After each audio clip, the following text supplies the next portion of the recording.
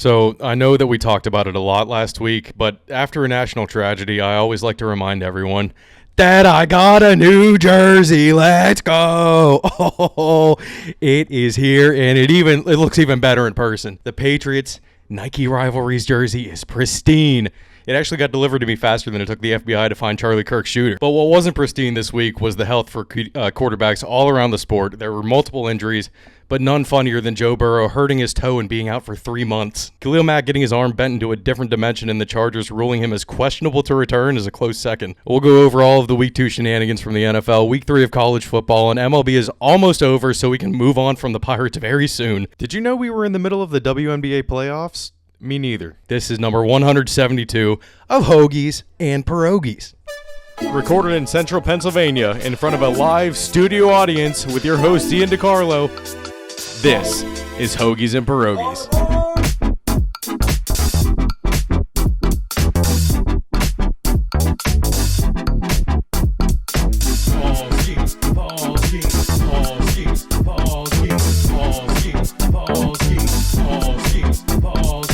All right, so like I said, baseball season is almost over, so I'll be able to stop torturing myself keeping up with the Pirates. Leftover from the Orioles series last week, Skeens got the 200 strikeouts on the year in Game 2 against the O's, but was pulled after 5 innings and 64 pitches when he had 8 strikeouts and allowed just 2 hits. Why? Fucking why? Just let him pitch for fuck's sake. It's September. You're not making the playoffs. They only scored 1 run for him, and the Orioles tied it up in the 8th inning. They made it to the 10th inning for the second game in a row and got walked off for the second game in a row with 2 hits, less than the 6 from Game 1. And then they got swept on Thursday 3-2. Sick, man. Just sick. 64 and 82. They were just 64 and 77 after sweeping the Dodgers last week. Well, for the National Series, the losing just continues against another terrible team. The bullpen blew this game after Kelly pulled Keller way too quickly again, and they lost 6-5. Kelly's making some questionable decisions here at the end of the year, and I do not like it. But then, holy shit, the Pirates ended their 7-game losing streak in this one with Bubba taking a perfect game bid into the 6th inning after getting blown up in his last start. The Pirates won Game 2 5-1, but then it was right back to a 4-3 loss to close out the series. Then they were back home in Game 1 against the Cubs, but how surprising they lost Game 1 4-0. 3 hits in 9 innings. Just stop playing baseball. It would be more enjoyable if the Pirates just stopped playing. They're now 1-9 in their last 10 games and are sitting at 65 and 86. Ugh, no over on the wins this year. And this just in Game 2, Skeens allowed multiple runs in the first inning for the first time in his career. He made it only 3.2 innings pitched with 7 hits, 3 earned runs, and 6 strikeouts on 92 pitches. Add another loss to make it 65 and 87. Just ended already. I am done with baseball. You know we have to check in on Cal Rayleigh, a.k.a. Big Dumper, but he can now officially be called Thicky Mantle after tying Mickey Mantle's switch-hitting home run record with 54 home runs. But Kyle Schwarber's catching up to him for the home run lead with his 53rd on Monday night. Scratch that, make it 56 home runs for the new switch-hitting home run king. That also ties him for the most home runs by a Mariner in a season with Ken Griffey Jr. Shohei also became the first person in the 50-50 club. 50 home runs, 50 strikeouts on the season. He's the first player with 50 home runs and any strikeouts in the season since Babe Ruth. All right, and then for the standings for MLB, the Blue Jays still lead the AL East. They're up 5 games on the Yankees. And the Red Sox are right behind the Yankees by 1 game. And the AL Central, Detroit Tigers are not running away with it. The Guardians are actually kind of catching up. They're only 6.5 games behind them. And then Seattle took the lead in the AL West over the Astros. They're 82 and 68, and the Astros are 82 and 69, so they're only a half game behind them. For the National League, the Phillies clinched the NL East last night. They're 90 and 61, and they're 12.5 games up on the Mets. In the Central, the Brewers still have the best record at 91 and 59, but like I said last week, the Phillies are catching up to them very fast. Pirates there at the bottom at 65 and 86, and then the Dodgers are still 2 games ahead of the Padres, 84 and 66 to the Padres, 82 and 68. All right, always just trying to get through baseball as fast as possible. I don't want to linger on it anymore. It's just painful. It's way too painful to sit and watch the Pirates. All right, so let's move on to college football. Week 3. How bad is this UCLA team? You know we had to mention it. Certified Nico hater here. Is it just the curse of Nico Amaliava? I mean, they paid New Mexico $1.1 million to get their asses beat 35-10. UCLA sucks, and they fired their head coach on Sunday, which was not surprising at all with that showing. Another team that is extremely disappointing, Clemson. Yep, Clemson's just dookie. Fire drilled 55-yard field goal from Georgia Tech that could have gone very wrong, won them the game 24-21. I mean, they ran the ball with 26 seconds left and no timeouts before they ran the field goal team on. It had disaster written all over it. Quite honestly, this is worse than last year when I bet on Ole Miss to make the college football playoff. Maybe I should stop betting on college football teams like futures in the preseason because I have been bad luck for 2 years now. Yeah, Michigan took belt to ass on Central Michigan with Biff Poggi as the interim head coach in Mike Sharona's absence from his 2-game suspension. This dude looks like he sweats when he walks to the toilet. But yeah, Underwood looked great in this game, and Michigan won 63-3. Big game of the afternoon, and this one, I know Tennessee lost. I think they're for real, even though they lost to Georgia, but they still took them to overtime, and they lost 44-41. But unfortunately for Tennessee, the game should have never went to overtime because Tennessee was up 21-7 after the first quarter. All right, the backyard brawl. Eat shit, Pitt. No, I'm not saying that because I'm a West Virginia fan. I'm saying that because I put $100 on Pitt to cover 7.5-point spread. What the fuck was that? This WVU team really took you to overtime, Pitt? The one that struggled against Robert Morris early on and then lost to Ohio? Not even state? Fuck off. I am still happy West Virginia won, but not enough to offset the $100 loss. All right, LSU, Florida. LSU is wearing the same 1-0 shirts that they had on against Clemson before the Florida game. So now it makes a little bit more sense in hindsight. If they wear those shirts for every game, it looks a lot less cocky than in their first game, and more so just to win the game in front of you without thinking about the weeks ahead. But DJ Lagway threw 5 interceptions in this game, and that made it a pretty easy 20-10 win for LSU. And I don't understand why Lagway is being pushed as like the next great quarterback. He'd be worse in the league than Anthony Richardson. I really think that Billy Napier is just a terrible head coach. Brian Kelly is bad, but Napier is way worse and comes off as a huge douche. But some of that douchiness definitely rubbed off on Kelly because this was his response to the first question of his post-game interview. Brian in the back, I know you love these immediate post-game sessions, but what are you seeing with your offense? Stop. Really? Is that the first question? We won the game 20-10. Try another question. What do you want me to tell you? I just laid it out for you. We played the game to win the game. We played the game to win the game. All right. How about third down then? What is going on with third down? It's one game. Last game, we were great on third down. You're looking at this from the wrong perspective. LSU won the football game. Won the game. I don't know what you want from me. What do you want? You want us to win 70-0 against Florida to keep you happy? No, I think people want to know why you can't run the ball, quite honestly. We can run the ball. Did you see the last play of the game? That's all you need. You just need one. There's ridiculous questions. And I'm getting tired of it. That football team just worked their tail off to get an SEC win, and you want to know what's wrong. You know what? You're spoiled. You're spoiled. This team is 17-1 at night. 17-1. Give them some respect. How about that? Give them some respect instead of micro-analyzing every little thing. This is ridiculous. For a group of seasoned reporters, that kind of question is so out of line. Well, let's talk about another disappointment. South Carolina got their shit pushed in 31-7, and it wouldn't have been different with Sellers in the game the whole time because they were getting crushed when he was in there. He was concussed on a bullshit targeting call where the defender was falling down and the top of his helmet made contacts with the Sellers face mask. Vandy might not be for real, but I think they're a lot more legit than last year. And also, today it came out that Diego Pavia is ready to fight for his 7th season of eligibility. All right, Unc. Back in my day, there was no transfer portal ass. He has to be bribing someone. He can't keep getting away with this.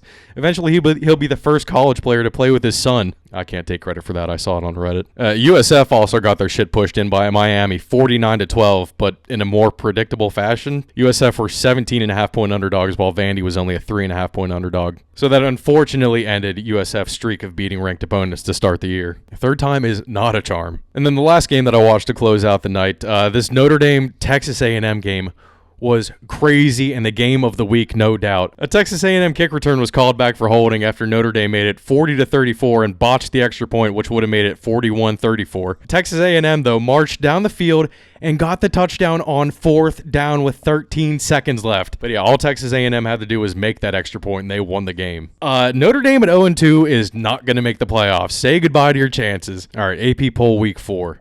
Not a lot of movement here. Florida State moved up 3.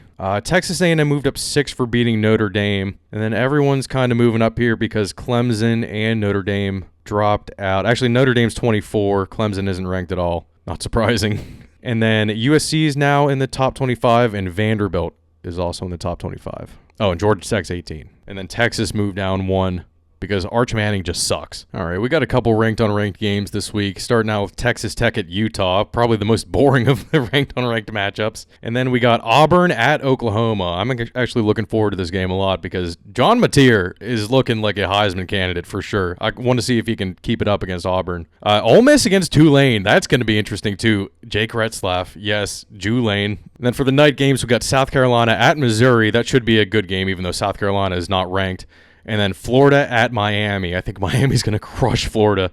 And then to close it out, we got Illinois at Indiana. Number 9 Illinois at number 19 Indiana. And actually, if I'm not mistaken, the last time Michigan State played USC, Michigan State won, and they shouldn't have. So I might be staying up pretty late on Saturday night. That game doesn't start till 11. All right, week 2 of the NFL. So I realized last week that I didn't go over the week 2 matchups after the results, but I want to go over week 3 as we go through the games and not go through them all after, kind of see how that goes. Let's start with last week's Thursday night game, the Commanders at the Packers. Micah Parsons was in the backfield on every play.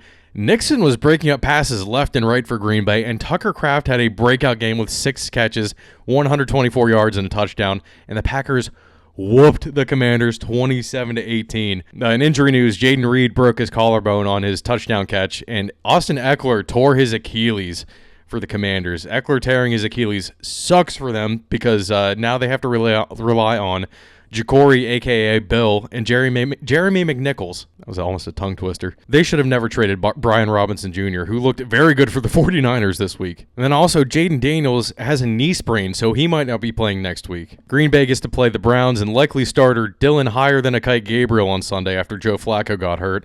And the Commanders are playing the Raiders next week. And I swear, Mariota has the worst luck because he'll be going up against Max Crosby, and every time he starts, it's against a team that has an above-average pass rush. All right, Sunday games. Let's start out with the Patriots. We got to. I forgot to mention the domestic violence allegations towards Tyreek Hill last week, which I called during the fantasy draft. I can't believe no one took Tyreek Hill yet. But it's understandable. Is it though? He's gonna hit his wife at some point during the season. I'm thinking that he's gonna play like 2 weeks and get like 3 targets and then just retire. He's gonna do like Antonio Brown. Just run off the field. Yeah, I just think he just doesn't give a Rip fuck. the shirt off. Who wants to go Rashee Rice? Rashee Rice wants to go 100 miles an hour. I know that. Dude is the next AB. He's just a walking crash out. And then before the game, the Patriots traded Jalen Polk on Saturday to the Saints for a 2027 6th rounder and a 2028 7th rounder. I'm surprised they got anything for him at all, especially since he's on the injured reserve. But that was a much better opening drive from the Patriots, and just a much better drive in general than last week. They actually looked like they knew what they were doing. But it was 3 drives, 3 scores, and Boren Gallis missed 2 extra points, though, and he needs to go. They made the wrong decision at kicker there. It was 14-15 at halftime. Then the Dolphins scored to go up 17-15 and then forced the Pats to go 3 and out to start the second half. The same exact thing happened last week. It's like they came out of halftime not remembering that they still had a second half of football to play. A Dolphins field goal made it 20-15 on the next drive, and then Drake May did what Drake May does on their next drive to make it 23-20 with the 2-point conversion. But what the fuck was Morgan Moses doing? 2 false starts on the day. Dude, you're like 38 years old. You should not be making these stupid mistakes. That's for Will Campbell to make on the other side, who actually had a very good game, and he was not fucking up at all like he did last week. And then craziness ensued. The Patriots let up a punt return, but then on the next play. Gibson returned the kickoff. Holy shit, let's go. After a 75-yard punt return, there was a 90-yard kickoff return. It was 30-27 Pats at that point. And the streak of 30-point games, not scoring 30 points in a game, has ended at 46. They have not scored 30 since October 2022 against the Browns. This is their first time doing it since then. And then on the next drive after that, the Pats intercepted the ball on 4th and 9 with 2:12 to go. Tua is cooked. McDaniels needs to be fired. The Pats got a field goal to make it 33-27. But there was still over a minute left, and it was extremely close. And luckily, Devon Achane stepped out of bounds at the 20. And there were some penalties on the Dolphins that pushed them back a hefty amount.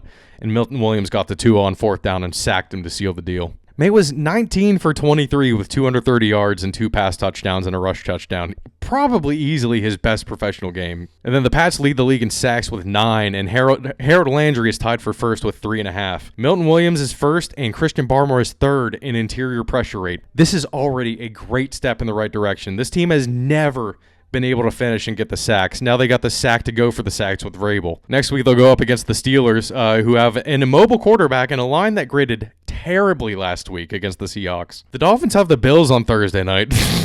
All right, Browns-Ravens. We found out that Shadur got word to the Ravens that he didn't want to back up Lamar. So he hamstrings himself to a franchise that is notorious for not being able to develop quarterbacks? How much do you think he could learn behind Lamar Jackson? Probably a lot. I mean, he's a 2-time MVP, should be a 3-time MVP. You don't want to sit behind him and learn? What are you doing? You're going to learn behind Joe Flacco and now Dylan Gabriel? Are you stupid? And then here we go. The Ravens at halftime could not shake the narrative that they stink playing at 1 o'clock on Sundays. It was 10-3 at halftime against this Browns team. But then they exploded in the second half with two more great Hopkins catches. They ended up winning 41-17, and the Ravens get to play the Lions on Monday, and it should be a shootout with a combined score of 93 points this week. And for the Bills and the Jets, Josh Allen just continued to shred the Jets, even after a little scare where he hurt his little nose. It was 20-8 at halftime, and he barely threw the ball in the second half to win 30-10. Fields was taken out with a concussion, so there's another injury to her quarterback. The Jets will be playing the Buccaneers next week and might be without Justin Fields because he's in the concussion protocol. All right, Jaguars-Bengals. This was a great uniform matchup with the orange and teal. But the big news is Burrow came out of the game with a toe injury. What a pussy. 17-10 Jaguars at halftime.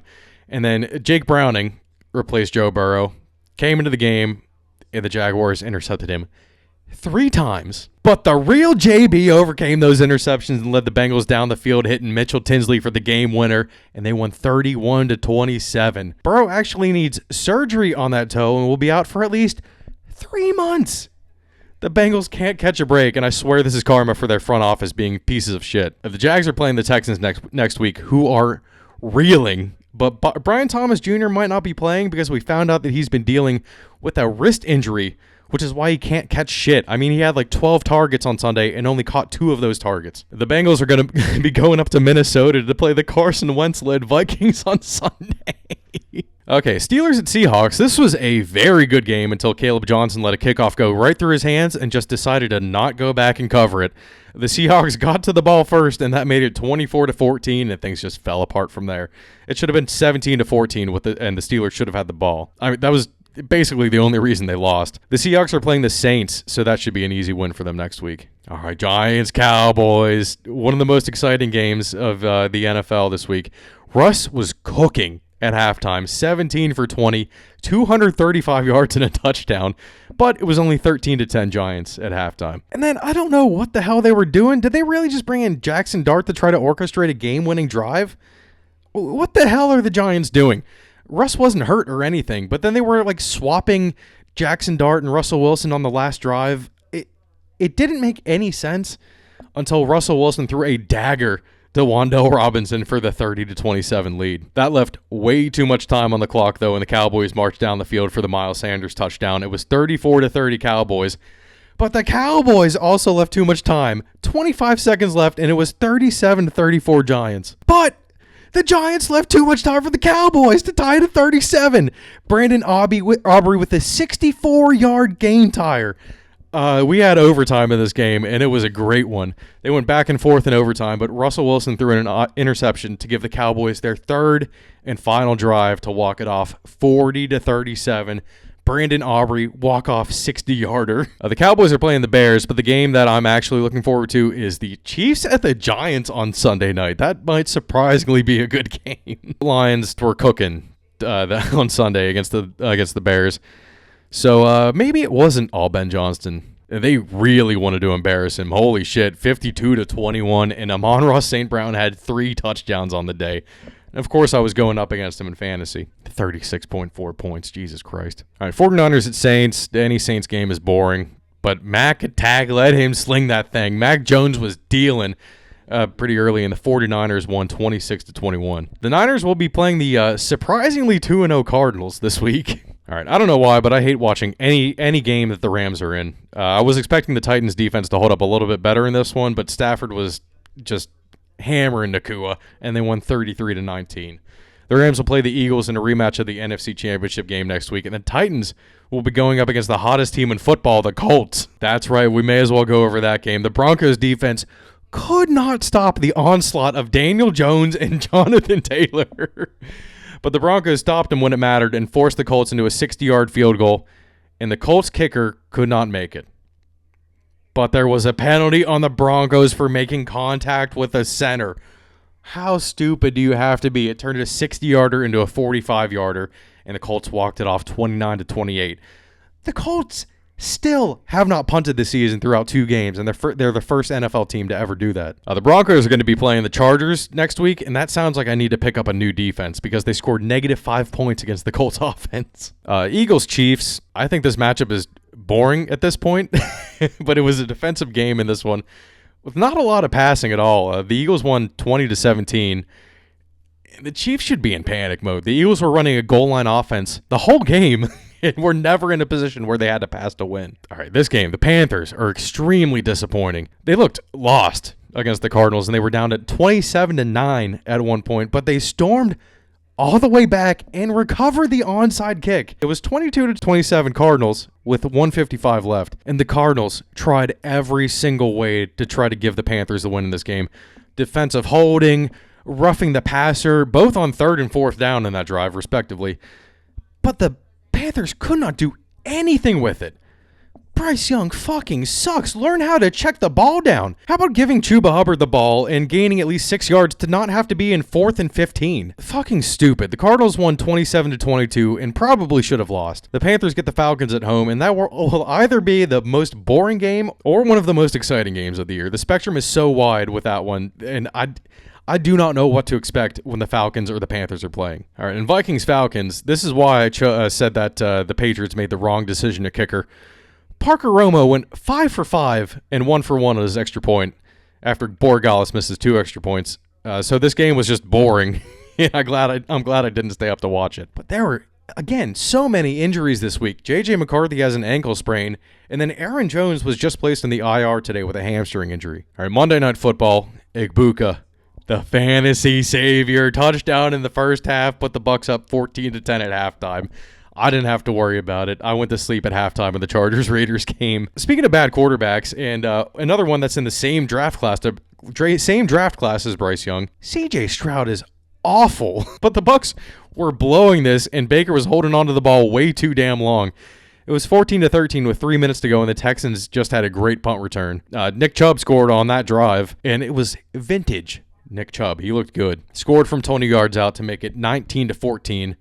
After a failed 2-point conversion with 2:10 left. And I was freaking out at this point because Baker completely overthrew a wide open Igbuka with 1:24 left.